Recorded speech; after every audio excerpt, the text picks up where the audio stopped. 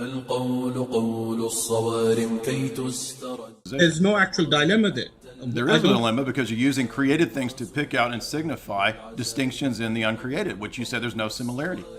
Created things not being ascribed to God, meaning if You I just say admitted God, that words are created. You just said speech was created. well, our speech is created. Yeah, and it's signifying the uncreated. Yeah, it can signify towards the. Okay, so how does it pick out and signify something that's totally dissimilar to it? It's actually the Islamic position that is in no better position than us in terms of relegating to God multiple layers and levels of distinctions. So, for example, I want to lay out our position as Orthodox Christians. We have an extreme Trinitarian view, you could say. We have a very precise doctrine of what the distinction between God's nature, person, will, energy, or action and effects are. Now, the one God for us is primarily the person of the Father. The hypostasis of God the Father is typically who we're referring to when the Creed refers to we believe in one God, the Father Almighty. We do believe that distinctions exist in God, not because of abstract speculations, but rather because the Bible itself is the revelation of God, and it has shown us and told us in what ways God is and is not distinct. So for us, for example, the distinction between the Father, the Son, and the Spirit is not something invented by the apostles in the New Testament. It's not something invented by Constantine at Nicaea or Athanasius or any of these people. It's actually a doctrine, believe it or not, that is found primarily, first and foremost, in the Old Testament itself. In the Old Testament, we find many, many, many theophanies. I won't go through every single one of them, but from the beginning of Genesis, God is spoken of as appearing and walking in the cool of the garden with Adam and Eve. We see God appearing as a theophany, as we call it, or a divine manifestation within time and space to many of the Old Testament patriarchs, including Abraham in Genesis 12, Genesis 15, Genesis 17. We see Jacob wrestling with the angel of the Lord.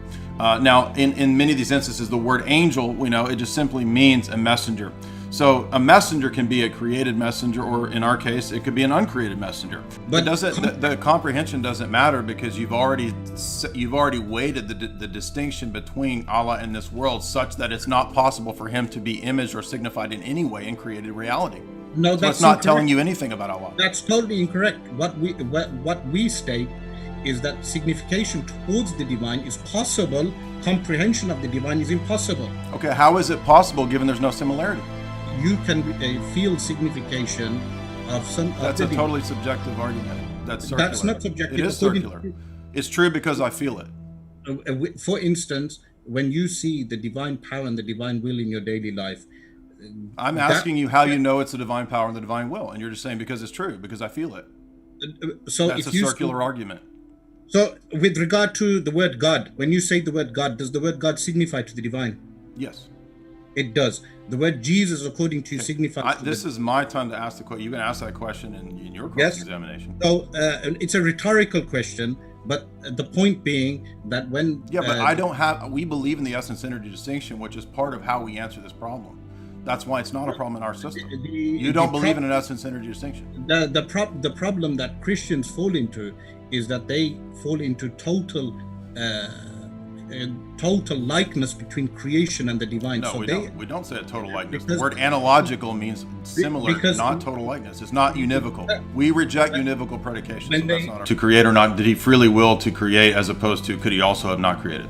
God willed from eternity to create. Okay, but willing and actualizing are not the same thing. He's not obliged. Right, you admit that willing and actualizing is not the same thing, though, right? Whatever God has willed from eternity will come about. Okay, so did he choose to create the world? He willed for the world to be created. Mm-hmm. And is that distinct from actualizing the world's existence? The actualization is where the point of inception, or what we refer to as the tanjiz, is also willed. So when the world will come about is willed by God also. Okay, so there was a time when the world was not, though, right? Yes. Okay, and so God willed to create in time. That's what your creed books say. The divine will is eternal. I know the divine will is eternal. He willed when he created. He actualized it in time, though, right?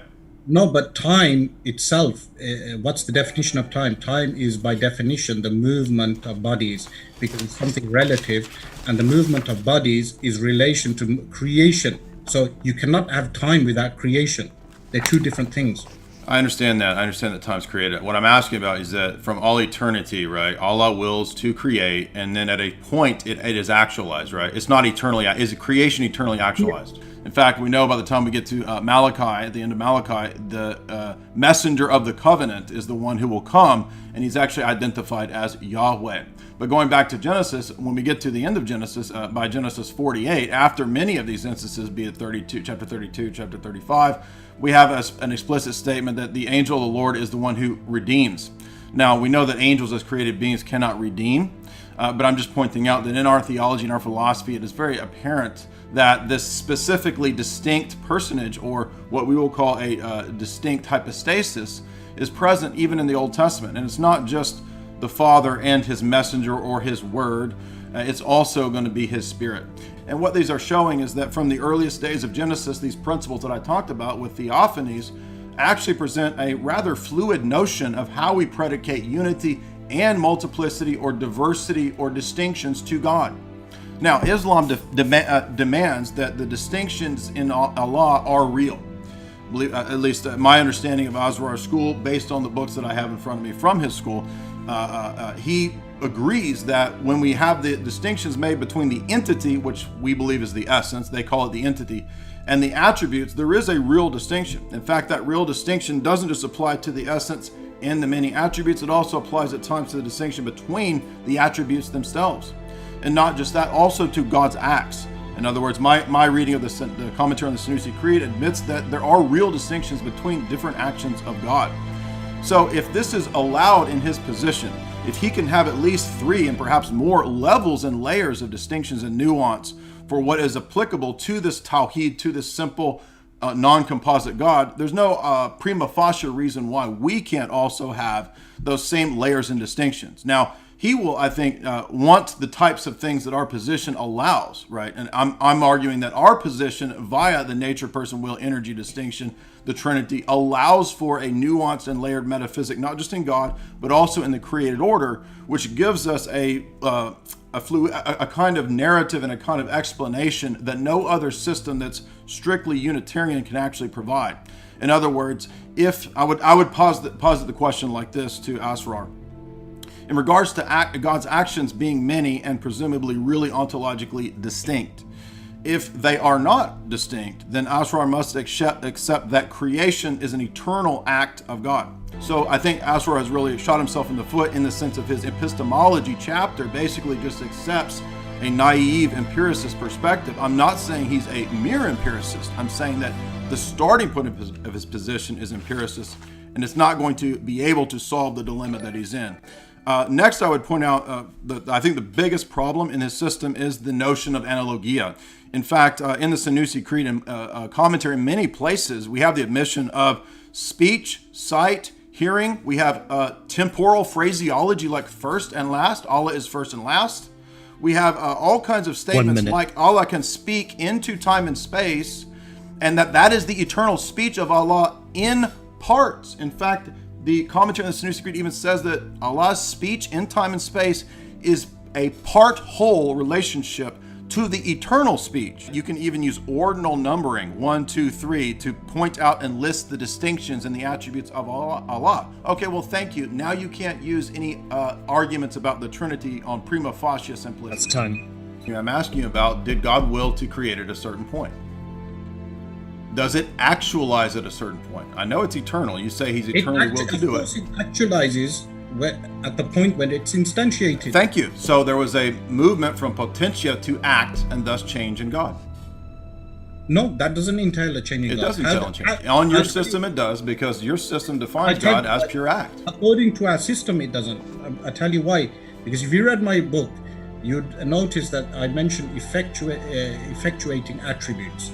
Attributes which bring about an effect. Divine power is one of those attributes. Right. When it brings about an effect, it doesn't bring a change in God. So God has potentia, though.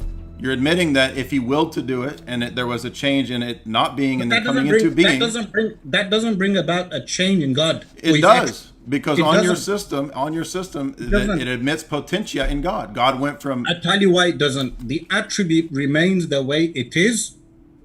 The effect comes about. Yeah, but which is you say the act is also doesn't God. change. I'm asking about the act itself.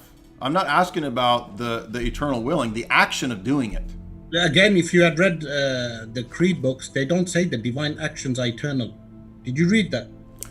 Right, that's what I'm asking you. So God does something that he didn't do before.